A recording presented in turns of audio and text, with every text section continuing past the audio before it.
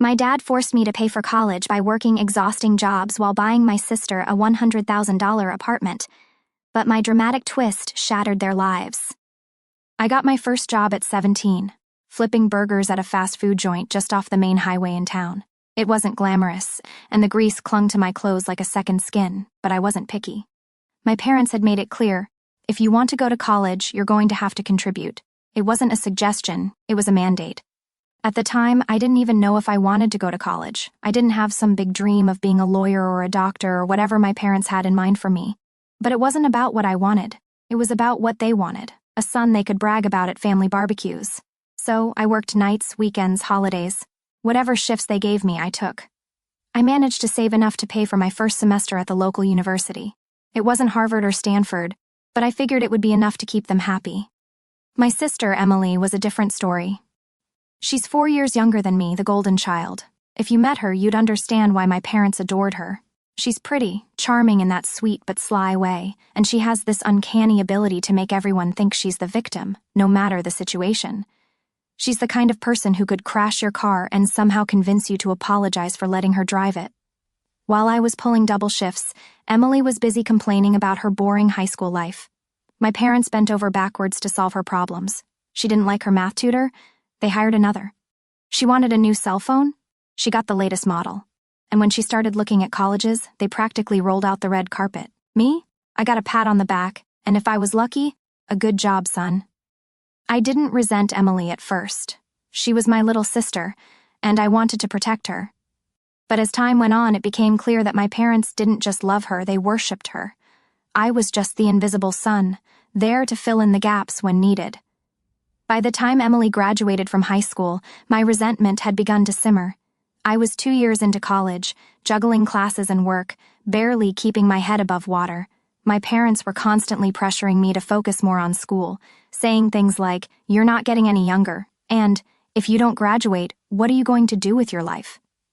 They didn't seem to care that I was paying for most of it myself. Meanwhile, Emily was preparing for college in a very different way. She'd picked a university about an hour away, not because of the academics, but because she thought the campus looked cute. She wasn't worried about money, of course. My parents were footing the entire bill. But that wasn't the part that got to me. What really got me was the apartment. One day, I came home after a brutal double shift, ready to collapse into bed. My parents were sitting in the kitchen with Emily, grinning from ear to ear. "We have some exciting news," my mother said, her voice dripping with enthusiasm. They'd bought Emily an apartment. Not rented, bought. "It's just a little place near campus," Dad added, as if that made it less outrageous. "You know, so she doesn't have to deal with noisy neighbors or those tiny dorms." I was stunned. I lived at home because I couldn't afford to move out. Every penny I earned went to tuition, books, and gas to get to campus. Meanwhile, they were dropping 6 figures on a cozy little pad for Emily because, what, she didn't like sharing a bathroom? Emily wasn't impressed, of course. She wrinkled her nose and said, "It's nice, I guess, but the kitchen's kind of small." I couldn't keep my mouth shut. "Are you serious? They just bought you a whole apartment and you're complaining about the kitchen?" My mom gave me a warning look. "Don't start, Ryan. This is a big step for them. You should be happy that your sister has a good place to focus on her studies." Focus on her studies? Right. Emily had never worked a day in her life. She didn't even want to go to college. She only applied because my parents pushed her to, just like they pushed me. The difference was that Emily had the luxury of being a brat about it. I swallowed my anger and went upstairs, slamming the door behind me. I wanted to scream, to tell them how unfair it was, but what was the point? They'd just brush it off like they always did. "You're overreacting, Ryan." "Don't be so jealous, Ryan. Why can't you just be happy for your sister?" That night, I stared at the ceiling for hours, replaying the conversation in my head. I felt like a stranger in my own family. The apartment became the new center of attention. My parents couldn't stop talking about it, showing off pictures to relatives and neighbors like it was some kind of trophy. Emily, predictably, treated the whole thing like it was beneath her. "The walls are so bland," she whined one night, "and the couch you picked out is too hard. Can't we replace it?" I was sitting at the kitchen table trying to eat dinner after a shift that had kept me on my feet for 9 hours straight. My father nodded as if her complaints were perfectly valid. "We'll take care of it, honey," he said. "Why don't you paint the walls yourself?" I blurted out, unable to hide my frustration. "It's your apartment, right?"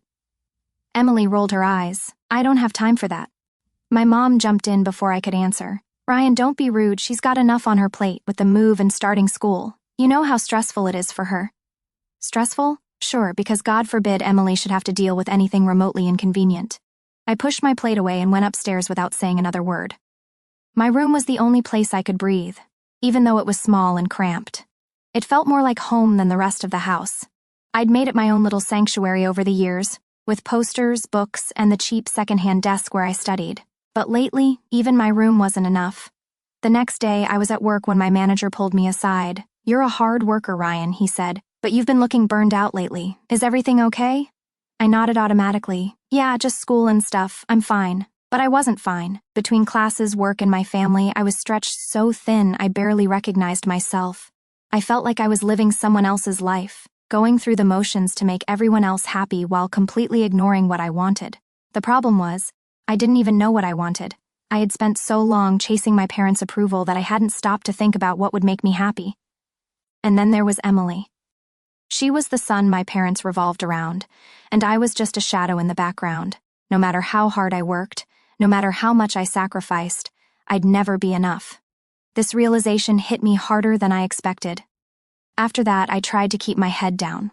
Work, study, sleep, repeat. I figured if I just stayed out of everyone's way, I could get through college and eventually move out. Maybe I could even find a way to start over, to live a life that wasn't dictated by my parents' expectations. But it wasn't that easy. One Saturday afternoon, I came home from work, sweaty and exhausted, to find the house in chaos. Emily was screaming, my mom was trying to calm her down, and my dad was pacing the living room with that tight-lipped look he always got when something was bothering him. "What's going on?" I asked, dropping my bag by the door. Emily spun around, her face flushed with frustration. "Someone scratched my car," her car, a brand new SUV that my parents had given her as a congratulations for getting into college. I didn't even own a car. I borrowed my mom's old sedan whenever I needed to get to campus or work. I went outside to look at the damage. Sure enough, there was a faint scratch on the side of the SUV. It wasn't deep, more of a nick than anything else, but you'd think someone had wrecked it the way Emily was acting. "This is going to cost hundreds to fix," she wailed. "Maybe next time you should park it in the garage," I said, not bothering to hide the sarcasm in my voice. Emily glared at me. "Are you saying this is my fault?" "No," I said. "I'm saying it's no big deal. It's a scratch, Emily. The car still runs, doesn't it?" My mom came out then, her hands on her hips. "Ryan, don't make this worse. Your sister is upset, and you're not helping." "Of course not," I muttered. "Why would I help? I'm just the guy who's working himself to death to pay for school while you two bend over backwards to make sure she's comfortable." That hit a nerve. My mom's face hardened. "Don't start that again, Ryan. We've done a lot for you." "Like what?" I shot back. "Letting me pay for college while you bought her an apartment and a car?" "Yeah, thanks for that." My dad finally stepped outside, his voice low but firm. "Enough. That's no way to talk to your mother." I looked at them all, Emily sulking, my mom glaring, my dad acting like I was the problem, and I realized something. No matter how hard I worked, no matter how much I sacrificed, I would never be their priority. They had made their choice, and it wasn't me. After the car fight, something shifted inside me. I stopped trying so hard. I still went to work. I still went to class. But my heart wasn't in it. I wasn't doing it for me, and I certainly wasn't doing it for them. It felt like I was stuck in an endless loop of disappointment, and I didn't see the point in beating myself up for people who didn't care. The breaking point came a few weeks later. I'd flunked a midterm in one of my core classes. I wasn't surprised. I hadn't had time to study between work and everything else. When I got home, my mother was waiting for me in the kitchen. "We need to talk," she said, her tone serious. I sat down, bracing myself. "Your professor called," she began. "He said you're not doing well in his class. What's going on?" I shrugged. "I'm working full-time and taking a full course load. It's a lot. You need to make school a priority," she said, as if it were that simple. "If you don't pass your classes, you're just wasting time and money." Something inside me snapped. "Whose money am I wasting, Mom?" "Mine. Because I don't see you or Dad paying for my tuition." "That's not fair," she said, her voice rising. "We've supported you in other ways. Like buying Emily a car or an apartment? That kind of support?" My dad walked in at that moment, catching the end of the conversation. "Don't start that again, Ryan. Your sister is doing what she's supposed to be doing, focusing on school. You should take a page out of her book." I laughed bitterly. "Emily doesn't even want to go to college. She's only doing it because you're making her, and she's still getting everything handed to her on a silver platter. Meanwhile, I'm busting my ass, and all I get is criticism. "Watch your tone," my father said, his voice deep and threatening. "No, you watch your tone," I shot back, standing up. I'm done. I'm done trying to please you. I'm done killing myself to live up to expectations I never agreed to. You want me to be like Emily? Fine, let her be your perfect child. I'm out. My mother stared at me, her eyes wide. "What does that mean?" "It means I'm dropping out," I said, the words tumbling out before I could think them through. "I'm done wasting my time and money on a degree I don't even want." The silence that followed was deafening. My dad's face turned red, and my mom looked like she was about to cry. "You're a failure," my father finally said. "You're going to regret this. Look at your sister. She does everything right. You should take a lesson from her, not act like a spoiled brat." That was it. That was the moment I knew I couldn't stay. I left the kitchen without saying another word. My parents kept yelling after me, but I didn't care. I slammed the door to my room and sat on the edge of my bed, staring at the wall. My hands were shaking, my heart was pounding. I'd said it. I'd finally said it. Quitting wasn't a spur-of-the-moment decision, not really. I'd been thinking about it for months, but I'd never had the courage to do it. My parents' voices were always in the back of my mind, telling me I'd be a failure without a degree. But what was the point of a degree if it wasn't for me? Still, the reality of what I'd done began to sink in that night. I wasn't sure how I was going to make it, what job I'd get, or where I'd live if my parents kicked me out. All I knew was that I couldn't live like this anymore. The next morning, my dad cornered me before I could leave for work. "You're not dropping out," he said firmly, like it wasn't even up for discussion. "I already have," I said, grabbing my bag. He blocked the door. "You think you can just quit and walk away? That's not how life works, Ryan. You're going to college whether you like it or not." "Are you going to pay for it?" I asked, my voice dripping with sarcasm. "Because unless you plan to start writing checks, I don't see how you're going to stop me." His face darkened. "You're being selfish. Your mother and I have done everything for you." "For me?" I interrupted. "What have you done for me, Dad? Tell me, because all I see is you bending over backwards for Emily while I'm out here working myself into the ground." "That's enough," he snapped. "Your sister—" "Yeah, let me guess," I said, cutting him off again. "Emily deserves it. Emily's special. Emily does everything right. I get it, Dad. I've been getting it my whole life, but I'm not going to kill myself trying to compete for scraps of your attention anymore." I could see the anger in his eyes, but I didn't care. I pushed past him and walked out the door. When I got home from work that night, I found my mother waiting for me in the living room. She looked exhausted, like she'd been crying all day. "We just want what's best for you," she said quietly. "No, you want what's best for you," I replied, sinking into the couch. "You want a son to brag about. You don't care if I'm miserable as long as I look good on paper." "That's not true," she said, her voice shaking. "Then why don't you ever listen to me? I've been trying to tell you for years that I don't want this, and you just ignore it. All you care about is what you want." For the first time, she didn't argue. She just sat there, staring. After that night, things were different at home, but not in a good way. My dad stopped talking to me altogether, except for the occasional grunt or glare when we crossed paths. My mom tried to keep the peace, but her version of peace was pretending nothing had happened. And Emily? She pretended I didn't exist. At first I thought it was her way of giving me space, but then I overheard her talking to one of her friends on the phone. She called me a quitter and said I was just jealous because Mom and Dad actually care about her. I shouldn't have been surprised, but it hurt more than I wanted to admit. I'd spent years defending her, sticking up for her when she screwed up, and this was how she saw me. The tension in the house became unbearable. I'd wake up early and leave before anyone else was up, just to avoid them. After work, I'd linger in my car, sitting in the driveway for 15 or 20 minutes, psyching myself up to go inside. Every time I opened the door, I felt like I was entering enemy territory. One night, a few weeks after the big explosion, my dad finally cornered me again. I was in the kitchen, making a sandwich, when he came in and leaned against the counter. "You can't stay here forever," he said bluntly. I froze, the butter knife in my hand hovering over the bread. "What does that mean?" "It means you're an adult, and adults don't get to mooch off their parents while they figure out their lives. If you're not in school, you need to get a real job and start paying rent. Otherwise, you need to leave." I laughed bitterly. "A real job? You mean like the one I've been working to pay for school because you refused to help me? That job?" "Don't play the victim," he snapped. "You're the one who decided to drop out. You think you can just do whatever you want and not face any consequences? You mean like Emily?" I shot back. Because she's been doing that her whole life, and you never said a word to her about consequences. Emily works hard, he said, his voice rising. No, she doesn't, I shouted. She complains, and you fix it. She quits, and you make excuses for her. I've been the one holding it all together, and all you've ever done is tell me I'm not enough. We stood there, staring at each other, the silence between us so thick it felt suffocating. Finally, I broke it. Fine, I said. You want me out? I'll go. That night, I packed a bag. I didn't know where I was going, but I knew I couldn't stay. I left a note on the kitchen table, just a few lines saying I needed space and that I'd be in touch when I was ready. Then I grabbed my things and walked out the door. Walking out of the house felt surreal. I'd dreamed about it for years, but the reality was messier than I expected. I didn't have a plan. I didn't even have a clear destination. All I knew was that I couldn't go on living the way I was. I spent the first few nights sleeping on a friend's couch. Jason, one of my coworkers at the burger joint, didn't ask many questions when I showed up with a duffel bag. He just handed me a beer and said, "Stay as long as you need to, man." That first night, as I lay on Jason's lumpy couch, I felt a strange mixture of fear and relief.